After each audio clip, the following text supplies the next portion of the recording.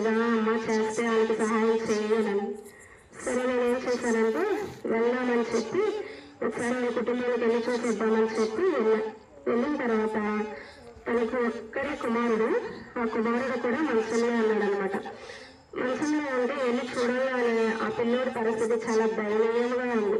అసలు చాలా చూడగానే దుఃఖం అనిపించింది. ఎలా ఎంత శ్రమ అనిపిస్తున్నాడా అనిపించింది. ప్రార్థన చేసి తనతో మాట్లాడుతుంటే తనకి ఏది స్పృహ లేదు, స్పర్శ లేదనమాట. కాళ్ళు చేతులు రెండు చచ్చిపడిపోయింది. అసలు నడవడు, మాట్లాడడు, ఏమి లేదు. మొత్తం సమస్తము మంచంలో అనమాట. కనీసం మన చెవి దగ్గరికి వెళ్ళి ఎంత పెద్దది పిలిచినా కూడా మాట్లాడే మాట కూడా వినేంత కూడా లేదనమాట. నేను అడిగాను, ఎన్ని సంవత్సరాల నుంచి ఇలా ఉంది ఇప్పుడేనా అని అడిగా.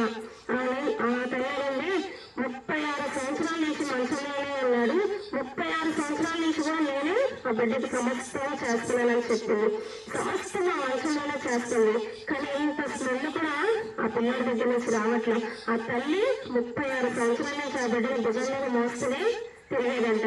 ఇప్పుడు ఇంకా పూర్తిగా ఇంకా స్వచ్ఛపడిపోయి భయంకరంగా అయిపోయాడు. పిల్లలు మంచంలోనే ఉన్నాడు.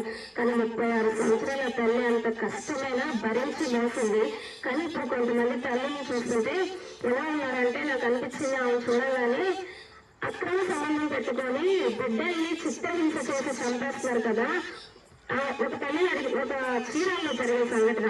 చీరాల్లో ఒక అమ్మాయిని పిలిస్తే అవసరాలు అమ్మాయి బిడ్డని ఎందుకు చంపేశావమ్మా అని అడిగితే, నేను మా ఆయన కాకుండా ఇంకొక అతనితో మాట్లాడుతున్నాను, అతనికి నా బిడ్డ ఇష్టం లేదన్నాడు, అందుకే నేను చంపేశాను అని చెప్పింది. మళ్ళీ ఇంకో తల్లేమో ఓవెన్లో తన కుమారుని పెట్టి రాత్రంతా ఓవెన్లో పెట్టి మర్చిపోయిందంట. ఆ తల్లి పరిస్థితి అలా ఉంది.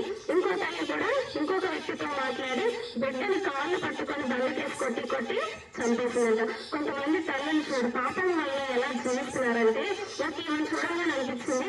ఈమె 36 సంవత్సరాలు తన భుజం మీద మోస్తూ మంచంలోని సమస్తము చేస్తూ ఎంత కష్టపడి ఆ బిడ్డ కోసం మళ్ళీ తనంటే నమ్మో నా బిడ్డను అంటుంది. ప్రతి చిన్నదానికి నమ్మో నా బిడ్డ అంటుంది వస్తుంది, శుభ్రం చేస్తుంది ఆ పిల్లల్ని. నాకు అవన్నీ చూసి అనిపించింది. ఇలాంటి తల్లిని చూసైనా అలాంటి వాళ్ళు బుద్ధి తెచ్చుకుంటే బాగుంది.